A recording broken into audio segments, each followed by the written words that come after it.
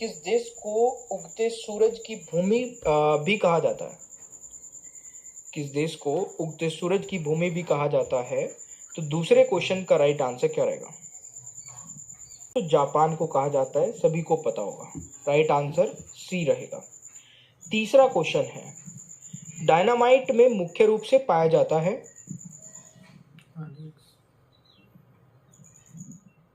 सही आंसर रहेगा नाइट्रोग्लिसरीन, यानी कि डी राइट आंसर रहेगा तीसरे क्वेश्चन का सही आंसर। क्वेश्चन नंबर 4 है दोस्तों, निम्नलिखित में से कौन सा पदार्थ समुद्री जल से निकाला गया है? कौन सा पदार्थ समुद्री जल से निकाला गया है? क्वेश्चन नंबर 4 का राइट आंसर रहेगा ब्रोमीन, यानी कि क्वेश्चन नंबर 4 का राइट आंसर डी हो जाएगा। क्वेश्चन नंबर 5 है, सामान्य ताप पर किसी पात्र में जल को यदि भारयुक्त में मंथनी या मथन करते हैं तो उसके ताप में क्या फर्क पड़ेगा? जैसे दूध को मथते हैं ना, अगर ऐसे जल के किसी मतलब लोटे में या किसी भी चीज में भर के उसको मथते हैं तो उसके ताप में दोस्तों वृद्धि होगी। राइट आंसर ए हो जाएगा। का लिंक डिस्क्रिप्शन बॉक्स में भी है वैसे, और नंबर आप यहां से नोट कर सकते हैं, हर एक स्लाइड में लिखा हुआ मिल जाएगा। छठा क्वेश्चन है, शिवाजी का राज्याभिषेक कहां हुआ था? देखिए, शिवाजी का राज्याभिषेक मेरे प्यारे दोस्तों कहां पर हुआ था? रायगढ़ में, यानी कि छठे क्वेश्चन का राइट आंसर ए हो जाएगा। सातवां क्वेश्चन है, ब्रिक्स से जुड़ने वाला पांचवा देश कौन सा था? दोस्तों, ब्रिक्स से जुड़ने वाला पांचवा देश कौन सा है? तो ये हो जाएगा दक्षिण अफ्रीका, यानी कि D is the right answer. Petrol एक मिश्रण है, सही आंसर दोस्तों क्या रहेगा? एल्केन का, यानी कि ए राइट आंसर रहेगा इस क्वेश्चन का सही आंसर। क्वेश्चन नंबर 9 है, शास्त्रीय संगीत कहां से लिया गया है? ये बताइए दोस्तों, शास्त्रीय संगीत लिया गया है सामवेद से, यानी कि बी राइट आंसर रहेगा 9वें क्वेश्चन का सही आंसर। 10वां क्वेश्चन है, शून्यकाल संसदीय व्यवस्था किस देश की देन है? शून्यकाल संसदीय व्यवस्था किस देश की देन है? 10वें क्वेश्चन का दोस्तों राइट आंसर क्या रहेगा? यह है दोस्तों भारत की देन, यानी कि ए इज द राइट आंसर। अगला क्वेश्चन आता है, फतेहपुर सीकरी किस राज्य में स्थित है?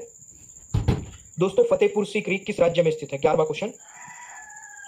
देखिए, 11वें क्वेश्चन का राइट आंसर रहेगा उत्तर प्रदेश में, यानी कि C is the right answer. Question number 12 है, प्रथम जीव की उत्पत्ति हुई है। देखिए, प्रथम जीव की उत्पत्ति कहां से मानी जाती है? ये बहुत इंपॉर्टेंट क्वेश्चन हो सकता है। पानी पृथ्वी पर हुई थी, हवा में हुई थी, जल में हुई थी, या किसी अन्य ग्रह पर हुई थी? तो पानी में, यानी कि जल में हुई थी दोस्तों, ये याद रखना है, सी राइट आंसर रहेगा। अगला क्वेश्चन है, निम्नलिखित में से कौन सा स्थान सातवाहनों की राजधानी थी? तो राइट आंसर रहेगा दोस्तों प्रतिष्ठान, यानी कि ए इज द राइट आंसर। अगला क्वेश्चन आता है, निम्न में से कौन संत महाराज से थे? दोस्तों, तुकाराम जी जो थे ये महाराज से थे, तो राइट आंसर बी हो जाएगा। क्वेश्चन नंबर 15 है, जैव विकास को सर्वप्रथम किसने समझाया था? दोस्तों, इस क्वेश्चन का राइट आंसर बताइएगा। इसका सही आंसर हो जाएगा लेमार्क ने, यानी कि बी करेक्ट आंसर हो जाएगा। 16वां क्वेश्चन है, रेडियोधर्मी पदार्थ उत्सर्जित करता है। रेडियोधर्मी पदार्थ दोस्तों उत्सर्जित करता है अल्फा किरणें, बीटा किरणें, गामा किरणें, उपरोक्त सभी, तो राइट आंसर डी हो जाएगा।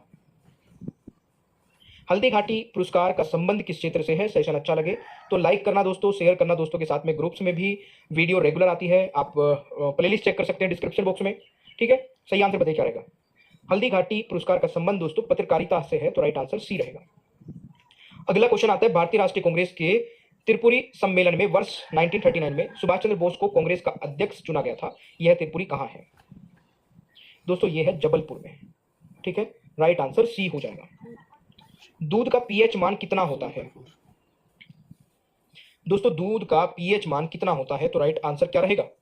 बिल्कुल सही आंसर है 6.4, यानी कि D is the right answer.